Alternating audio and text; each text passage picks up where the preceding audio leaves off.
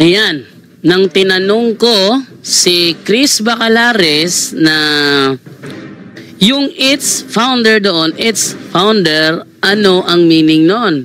Ang sabi niya, ang meaning nun, establish. Okay. Kining word na its founder. Oh, sa meaning nga ng its. Establish. Sa meaning nga ng its. Establish. Sa meaning nga ng its. Establish. Ayan na, ang liwanag nun ha. Sabi niya, ang meaning ng its founder is nag-establish. Ngayon, pakinggan natin kung ano yung binasa ni Ramil Parba sa debate nila ni Father Darwin Kitgano.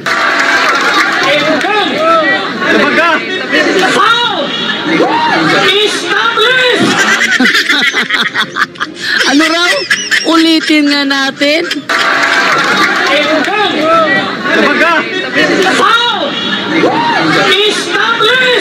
Kita nyo? Ang liwanag. Yung found, establish, pareho lang yun. Dahil sa katotohanang ipinapangaral ng Santa Iglesia Katolika na hindi maitanggi ng mga protestante sa lungatang aral at bahayag ng mga pastor.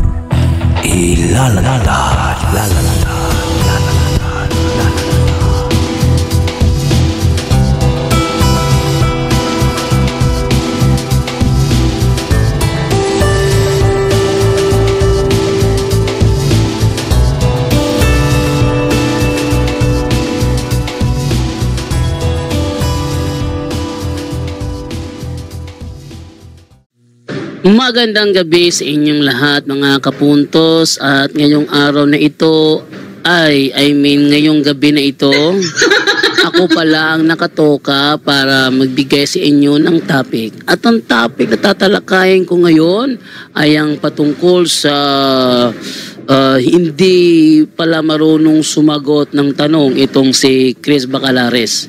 Sa programang Pangutan na Pastor siya ay tinatanong. Pero sa pagkakataon na pag ako ang natanong, hindi na siya marunong sumagot. Yan po ang ating tatalakayin ngayong gabi. Kaya sa mga bago pa po sa aming channel, please po don't forget to hit the subscribe button at ang notification bell para maging notified kayo sa bawat video na ilalabas ko sa channel na ito. At huwag nyo rin po sanang kalimutan na kapag meron pong ads na magsilabasan sa aming video, pakiusap po, huwag nyo pong i-skip. Dahil pag hinayaan nyo po siya na matapos ang ads, ito po ay malaking tulong sa aming ministry sa punto por punto. Sa mga gustong tumulong sa aming programa, ayahan nyo na lamang po matapos yung ads at huwag nyo na lang po sanang i-skip. Salamat po sa pag-unawa. Kaya huwag na po natin patagalin. Simulan na po natin.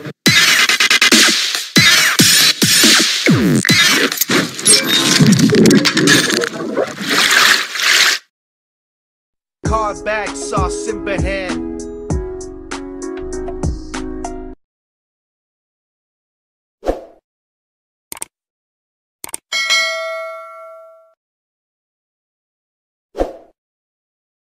Magandang gabi po sa inyong lahat, at ang tatalakayin ko po ngayon, ito po ay patungkol doon sa tinanong ko kay Chris Bacalares na gamit ng kanilang libro. Gusto ko ipakita sa inyo na itong si Chris Bacalares kapag tinatanong hindi marunong sumagot. Ito yung aking tinatanong sa kanya, ang kanilang libro na Seventh-day Adventist Belief, no? Sa page 167. Ito yung sinasabi rito. The New Testament Church differs significantly from its Old Testament counterpart. Ang New Testament Church ay merong malaking pagkakaiba sa kanyang katapat na Old Testament Church, no? The Apostolic Church became an independent organization. Ang apostolikang simbahan ay naging independente na organisasyon. Separate from the nation of Israel. Siya ay hiwalay sa bayan ng Israel. National boundaries were discarded, giving the church a universal character. Yung mga limit na mga area sa lugar ay binaliwala para mabigyan ng iglesia ng kanyang pangkalahatang katangian. Instead of a national church, sa halip na ito ay isa lamang simbahan sa kanilang bayan, it became a missionary church. Ito ay naging misyonaryong simbahan, existing to accomplish God's original plan, na sila ay umiiral upang gawin o ganapin ang mga original na plano ng Diyos, which was restated in the divine mandate of its founder, Jesus Christ, kung saan ito ay binanggit ng kanyang banal na tagapagtatag na si Jesucristo. Ayon sa Mateo 28:19, make disciples of all nations. Sa madaling salita, ang libro na ito ay nagpapatunay na merong founder ang Apostolic Church. At ang founder nito ang nag-uutos sa kanya na kumilos upang maisakatuparan ng mga original na plano ng Panginoon. At ang kanyang founder, si Jesus Christ. Napakaliwanag po ng sinasabi ng naturang aklat. Ngayon, ito'y tinatanong ko kay Chris Bacalares dahil sa mali ang kanyang unawa sa term founder. So, pakinggan natin kung paano siya sumagot. 167 mula akin ya. Na. Kiningingo din the New Testament Church differs significantly from its Old Testament counterpart. Padayon na. Okay, sa counterpart. Okay. So, ang sa'yo mong pangutanan kaning... Padayon na bro, tamang. Padayon na bro. Okay, huson. Humana. Bruto na ko basa? Padayon na. Okay, ako bruto basa. The New Testament Church differs significantly from its Old Testament counterpart. The Apostolic Church became an independent organization separate from the nation of Israel. National boundaries were discarded, giving the church a universal character. Instead of national church, it became a missionary church, existing to accomplish God's original plan, which was restated in the divine mandate of its founder, Jesus Christ, make disciples of all nations. Ayan po, kung napapansin po ninyo, binasa niya yung binasa ko. At ako'y umaasa na naunawaan niya ang kanyang binabasa sapagkat siya'y nagpapakilala o kinikilalang pastor ng Iglesia Adventista. Ngunit natin sinubukan ko siyang tanungin patungkol sa kanilang aklat just to confirm ang kanilang libro. Sa halip na sabihin ng totoo, binaluktot pa niya. Pakinggan natin kung paano siya sumagot. Unsa may pangutanan? Ang pangutana, unsa man ang Apostolic Church, putol na po, giputol. Tawagan balik. Okay, atong tensingan niya, sobra dyan doon Oy, nabisi man. Ato tawagan balik ka kay... Dire. Likay si Bacalares, oy. 172. Di naman matawagan. 172. Atong dialogue to. Hello? Madungog dyan ninyo. Dili, pastor. Kanang naputol. Ring ko kasabota ba? Sige, gipangungan ko ni Jando. Ayan. Kitang-kita nyo kung paano manloko si Chris Bacalares. Ako na ngayon nagtaka bakit ako naputol sa linya. Ang sinasabi pa niya, baka ko raw siya pinutulan. Car bag sauce simbahan. Ano? Napakasinungaling ng pastor na yan, ano? Wala naman. Gipalong. Jando, tawag. Call ended. Gipalong na niya. Dili na siya mudawat. Masimim ka nga, giputlon ka. Call ended na di Bacalares. 2807. Ang katabusan. Ano to? 2807, go ahead. Okay. Ang pangutanan na ko kung sa may context, ano yung paragraph? Ayun, napakaliwanag ng aking tanong. Ano ba ang context ng paragraph na ito? Context ng paragraph na ito. Ano yung paragraph? Yung kabuuan ng kanyang binasa. Yung kabuuan from the New Testament Church, from the New Testament Church differs significantly from its Old Testament counterpart hanggang dito sa make disciples of all nations. Itong buong paragraph na ito, ano ang context ng buong paragraph na ito? So, Ang sagot dyan ay mayroong apostolic church na iba siya sa Old Testament counterpart niya, na siya ay naging independent organization, na siya ay separate sa Nation of Israel, na siya ay nagkaroon ng universal character, at sa halip na siya ay gawing national church, naging missionary church siya upang tuparin ang utos ng Panginoon na ayon sa kanila, sa utos ng kanilang tagapagtatag na si Jesucristo. Yun ang context ng naturang paragraph. Pero pakinggan natin kung paano sasagutin ni Bacalares ang aking tanong. Okay. Mangutan na kag context ani nga paragraph. O kani nga paragraph mong ibasa sa context ni. Pagsa ko. Mangutan na magkakon sa context. Okay? Matubag na ko? Gili Nga mapagnan ka sa akong technician diri ba kay kasapaw maguga. Okay? So, matabag na ko. Ang context ani, it talks about the church. Church means mga tao, dili building. Okay? Dili kabilya, dili semento, gikan sa word nga iglesia, mga tao. Mauni ang context ani. Sunod po. Ayan, nakita ninyo? Tinatanong ko sa kanya ano ang context ng buong paragraph. Ang sabi niya, ito ay tumutukoy about the church. At ang church dito ay hindi siya building, kundi siya ay mga tao. Ganun ba? Ganun ba sagutin ang aking tanong? Ba't hindi niya binanggit yung sinabi ko kanina? Hindi ba? Parang nagpipigil si Bacalares. Tuloy natin. So mao na tong church na gitukod sa Matthew 16:18. Ang linaw ng aking katanungan. Yan ba yung church na tinutukoy sa Matthew 16:18 kung saan sinabi ni Kristo, "And upon this rock I will build my church." Pakinggan natin kung paano yan sagutin ni Bacalares. Okay. Ang word nga tukod build, dili na siya gitawag og literalistic. Kaya kung literal gani, meaning simento kabilya. Ang layo ng sinagot ni Bacalares. Tinatanong ko kung yan ba yung sinasabing church na tinayo ni Kristo sa Matthew 16:18. Ang sagot dyan is either yes, and then explain, another no, explain. Pero kapag tataka, bigla siyang napunta doon sa kabilya. Pastor ba yan? Pastor ba yan? O, tuloy natin. So church mean mga tao. Next question. Ayan, nakita nyo? Tinatanong ko ba kung ano tong church? Tao ba to o building? Hindi ko tinatanong yun eh.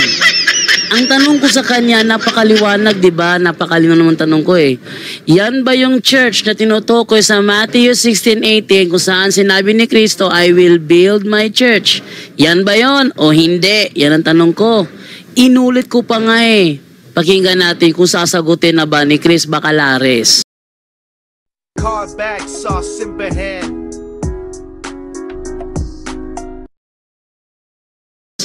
Sumol ba na ang iglesia ng gisgutan sa Matthew 16:18 o dili? Okay. Ang word nga founder, dili mao. Kay di mabasa ang word nga founder diri sa Mateo 16:18. Ayun, so ang sabi niya, ang word na founder. Tinatanong ko ba kung nandoon ba sa Matthew 16:18 ang word na founder? Ang liwanag ng aking tanong eh. Yan ba yung iglesia tinutukoy? Pero based sa kanyang isinagot sa akin, naunawaan ko naman na hindi daw yon ang tinutukoy. Hindi daw yon ang church, yung church na sinasabi sa kanilang aklat na Apostolic Church, hindi daw yon yung church na itinayo sa Matthew 16:18. Ang reason niya, hindi mababasa doon ang word na founder.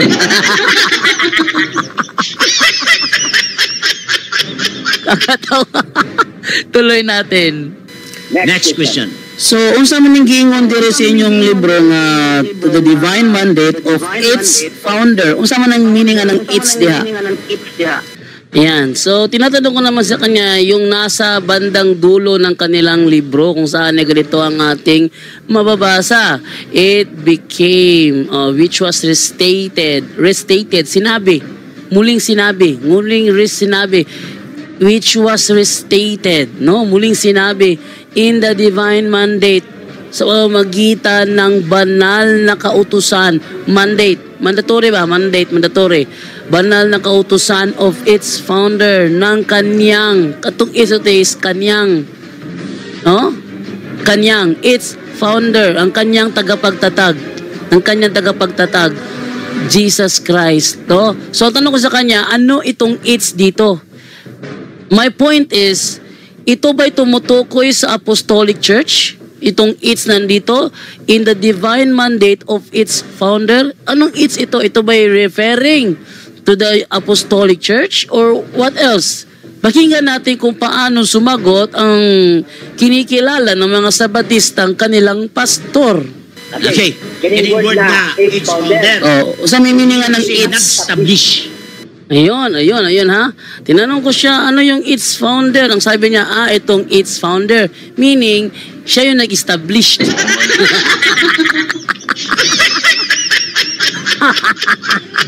Siya yung nag-establish.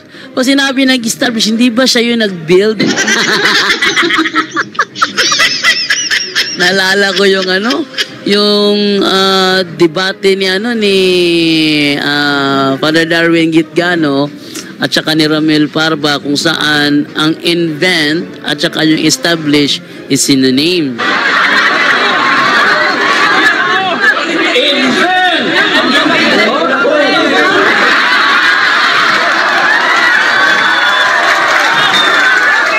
Ayan, nang tinanong ko si Chris Bacalares na yung its founder doon, its founder, ano ang meaning nun?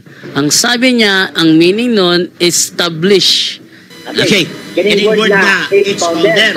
Sa may meaning ng its? Nag-establish. Sa may meaning ng its? Nag-establish. Sa may meaning ng its? Nag-establish. Ayan na, ang liwanag nun ha. Sabi niya, ang meaning ng its founder is nag-establish. Ngayon, pakinggan natin kung ano yung binasa ni Ramil Parba sa debate nila ni Father Darwin Gitgano.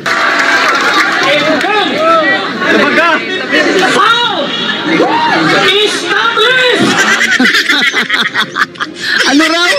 Ulitin nga natin.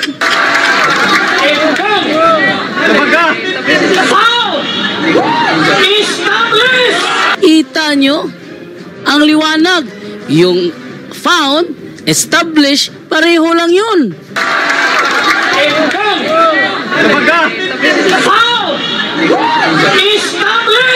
Establish. Yung sabi niya, establish. Ang tanong, yung establish o yung found, hindi ba synonym yun?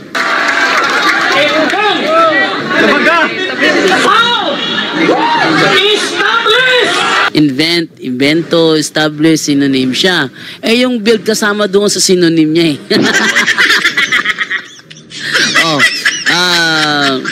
Tingnan natin mas maganda ating tingnan. Gamit tayo ng... Okay, ating alamin ngayon kung ano ba ang meaning ng word founder. No? Founder. Ito ba ay nakasumpong? Kinga natin. What does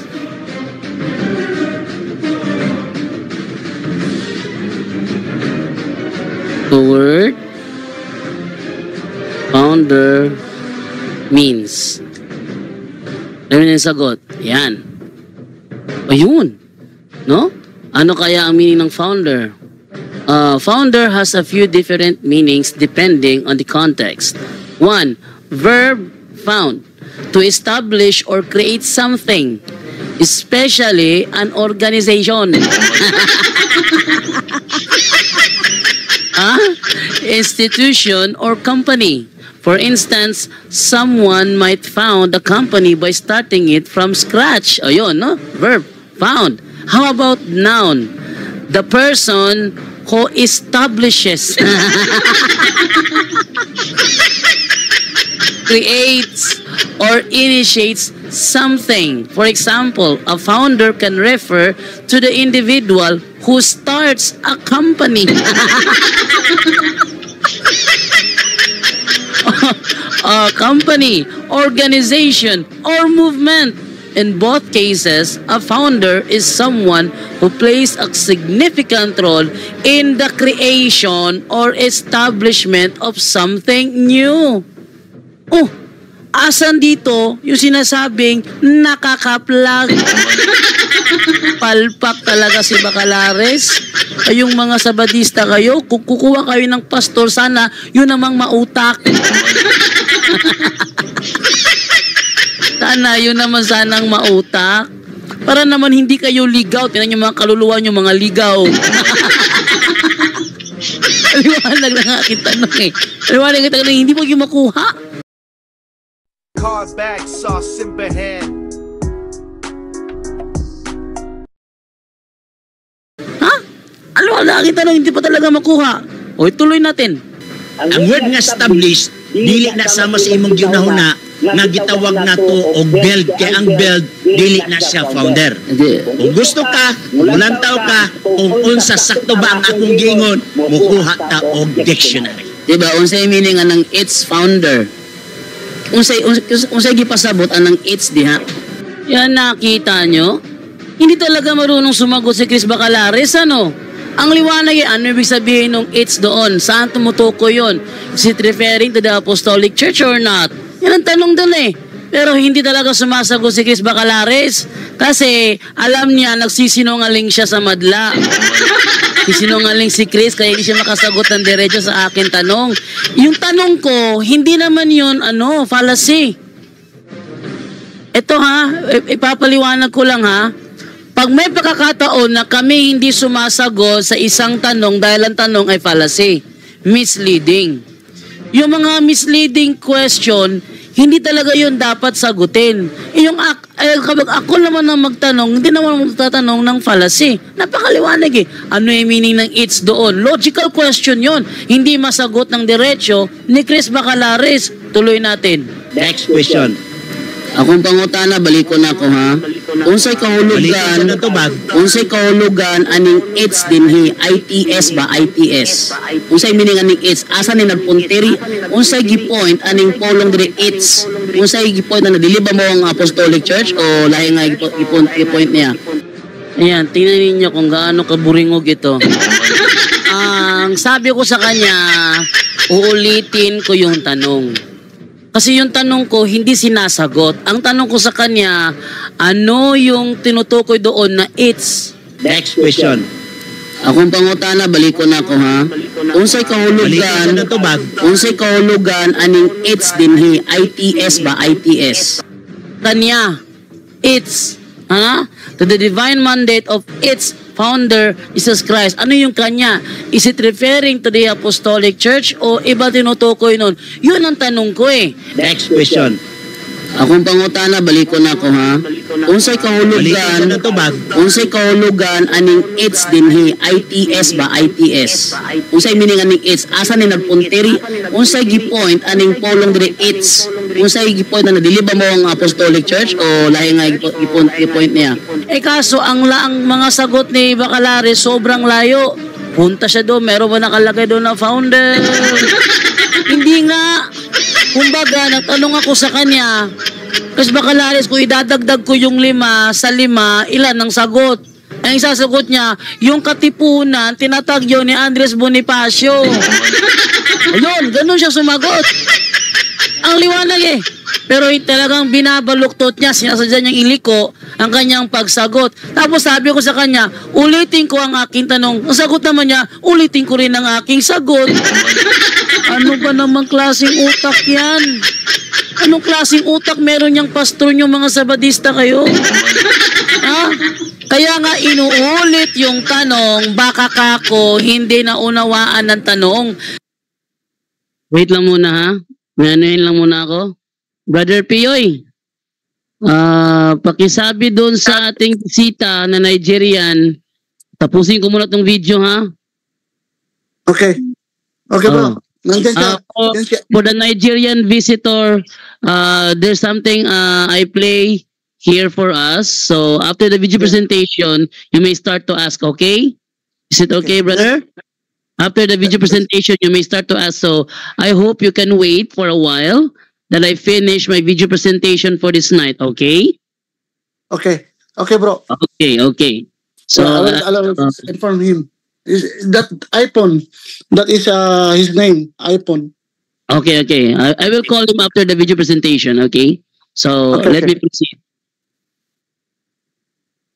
Kasi ang isinasagot, hindi naman related sa itinatanong. Kung baga, hindi responsive ang kanyang sagot sa question. Kaya uulitin ko, baka sakali maunawaan. Ang response, ulit ang tanong, ulit ang sagot. Ay, kawawa. Kawawa yung pastor nyo, hindi talaga marunong sumagot. Pangutana, pastor, tapos hindi marunong sumagot. Ano ba naman yan? Car back, saw Simbahan.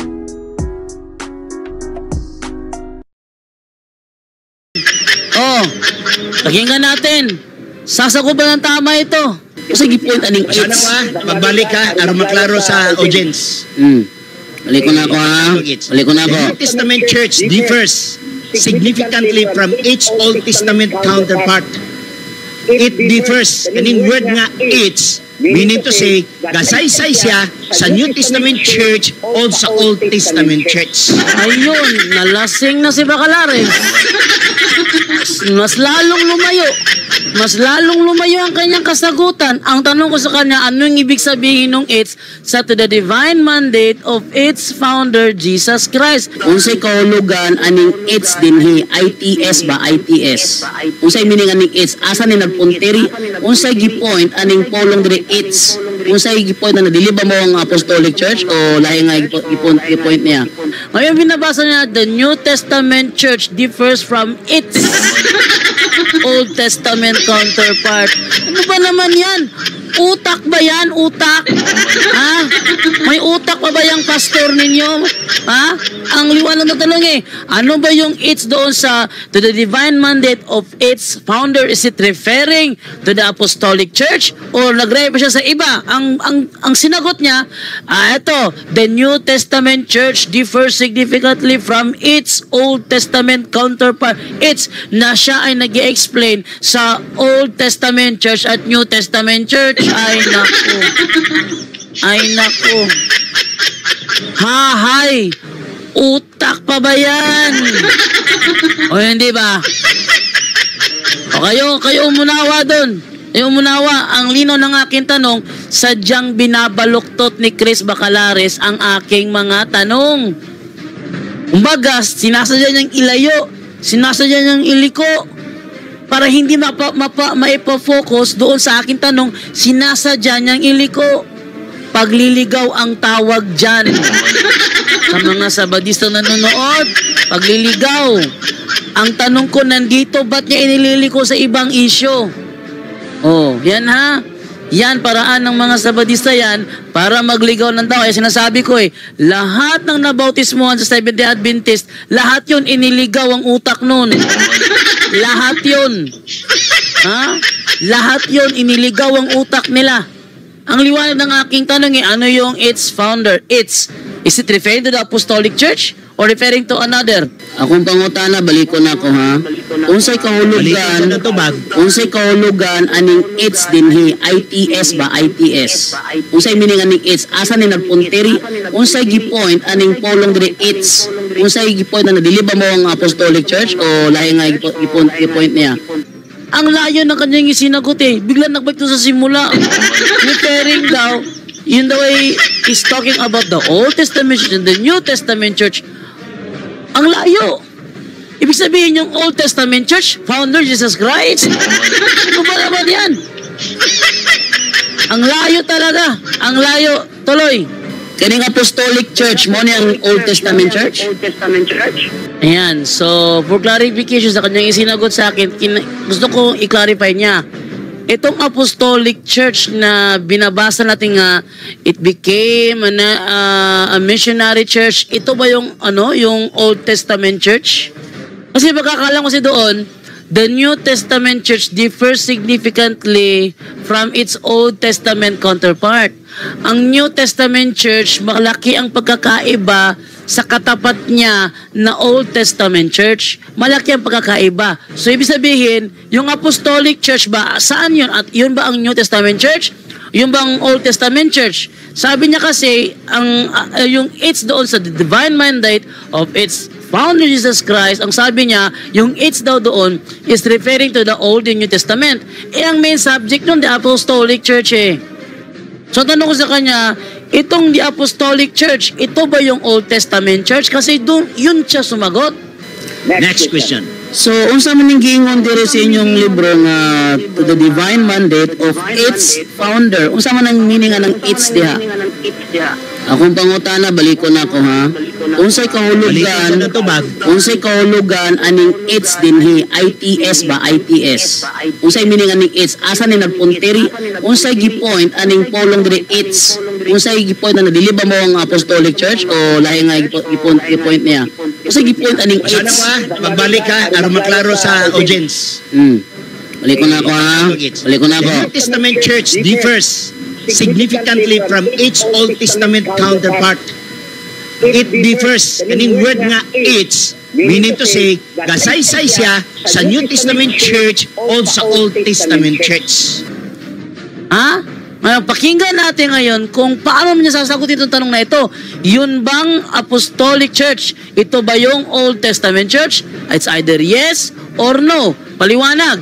Pakinggan natin kung paano sagutin ni Bacalares yung tanong na itong Apostolic Church, ito ba yung Old Testament Church? Pakinggan nyo kung paano nyo sagutin yan. Cars back, saw Simbahan.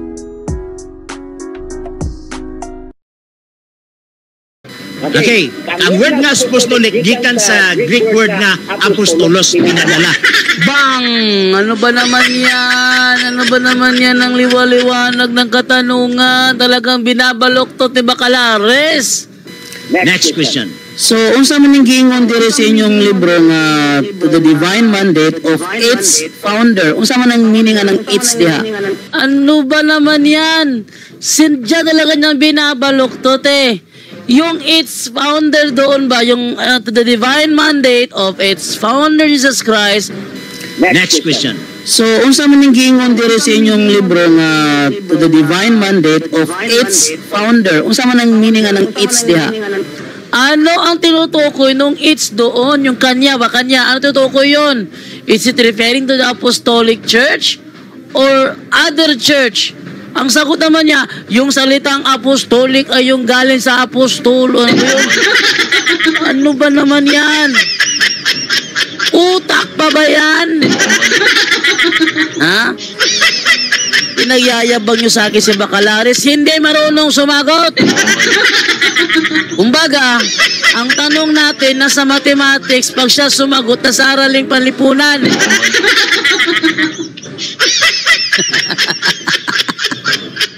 Tignan nyo, ganyan si Bacalares kapag naiipit. Iba ang tanong, iba ang sinasagot. Next question, Brother Jando. Anang lisod? Next question, Brother Jando. Anang lisod? Next question, Brother Jando. Anang lisod?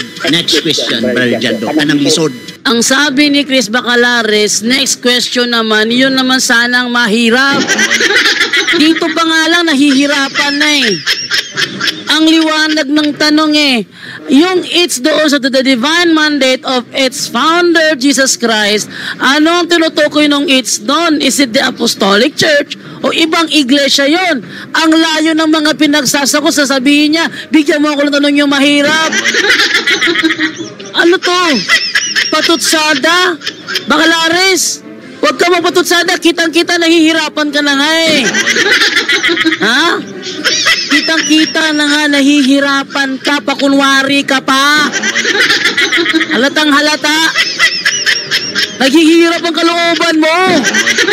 Sobrang naghihirap. Napakaliwanag ng tanong. Hindi, bingi ka na? Bingi yata.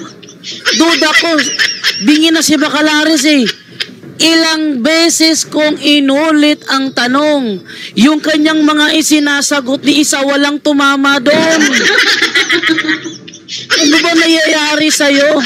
Nabibingi na ba ang mga tenga mo sa mga tanong ko? Mukha yatang sadya mo inilalayo. Bacalares, umamin ka nga. Bingi ka na ba talaga? Ha? Kasi based sa mukha niya, seryosong-seryoso eh. Kahit na, ang tanong, ulit-ulit na lang, yung sagot, talagang inilalayo. Ano ba naman yan? Oh, pakinggan ulit natin. Ating ituloy. Baka tumama na. Baka sakali. No? Baka sakali lang tumama na ang pastor na ito. Tuloy natin ang video. Kinsa may founder aning Apostolic Church nga gisgutan sa imong gibasa? Okay. Walay word no founder sa gitawag na to Biblia sa New Testament. Ayan, ano masasabi ko doon? Naloko na. Naloko na. Ang liwanag ng tanong, sinong founder ng Apostolic Church doon sa binasa niya? Kinsa may founder aning Apostolic Church nga gisgutan sa imong gibasa? Doon sa binasa niya. Pag sinabing binasa niya, yung aklat na binasa niya. Pakinggan natin ulit ha. Ito, yung aklat na binasa niya. Ang sabi sa kanilang aklat, the New Testament Church differs significantly from its Old Testament counterpart.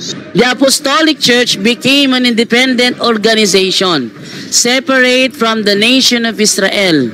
National boundaries were discarded, giving the church a universal character. Ang topic dito, yung Apostolic Church mismo. Yung New Testament Church, iba sa Old Testament Church. Kaya, may tinutukoy dito na Apostolic Church na naging independent organization, separate sa nation of Israel, meron siyang universal character, naging missionary church siya, which was restated in the divine mandate of its founder. Sa kanilang aklat, kung meron nanonood ngayon na mga English teacher, ng mga tao na bihasa sa wikang Ingles, ang context dito, yung Apostolic Church, merong founder. At ang founder niya, si Jesus Christ. Ngayon, ang sabi ni Bacalares, pakinggan nyo anong sabi ni Bacalares. Kinsa may founder aning Apostolic Church nga gisgutan sa imong gibasa? Okay. Walay word no founder sa gitawag na to Biblia sa New Testament. Ina ninyo ha? Ang tinatanong ko sa kanya, dito sa binabasa niya sa kanilang sariling libro, ang sinagot niya, Biblia. Ayun, marunong bang sumagot? Marunong bang sumagot? Sinong bihasa sa psychology dyan sa nanonood ngayon? Sinong bihasa sa psychology? Hindi ba obvious na nagliligaw si Bacalares ng sisinungaling sa mga tao? Ang liwanag ng tanong dito sa binabasa mo, sino ang founder ng Apostolic Church? Biglang liko, walang founder na tinutukoy sa Biblia. Ano ba naman yan? Ano? Ay, di na ako magtataka kung bakit duwag ito Hindi marunong sumagot. Car back, saw Simbahan.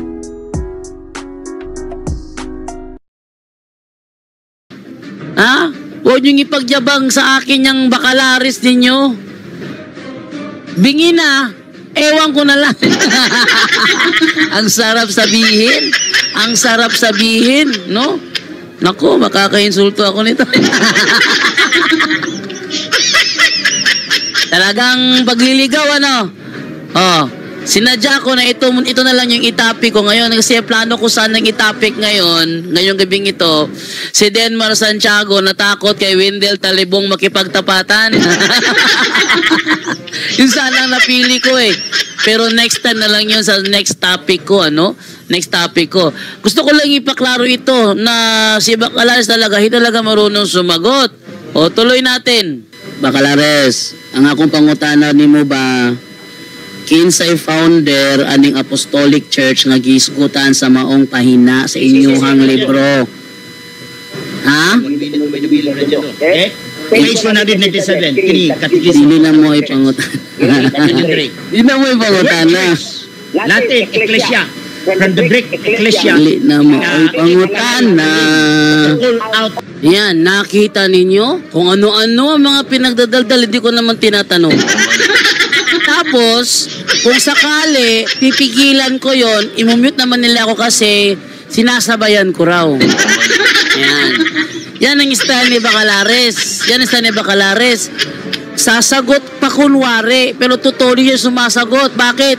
Sa live niya, hindi malinaw ang boses ko.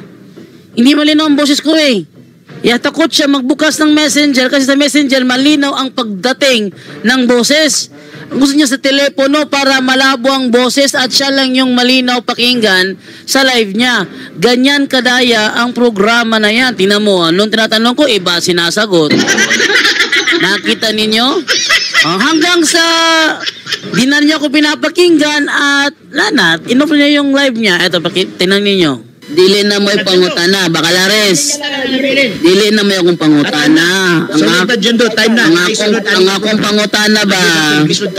Insay founder ng Apostolic Church, gisgutan sa inyong libro. Pinatagan salamat, Brad Jando. Wala naman sa Hope Channel, kaya Dear City, sa ngalan sa atong station.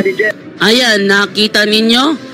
Natapos na ang kanyang programa, ni isa sa mga tanong ko, walang sinagot. Kanyo? Nya, marunong sumagot yan. Lelang niyang pastor nyo. Hindi marunong sumagot. Buong oras niya, natapos, ni isa sa tanong ko, walang sinagot. Ayan ha. So, mga kapuntos na nakakapanood nito, tingnan ninyo. Bacalares hindi marunong sumagot at dahil mahaba-haba na rin yung video na isagawa ko, so atin nang ibalik para sa tanungan portion. Card back, sauce in hand.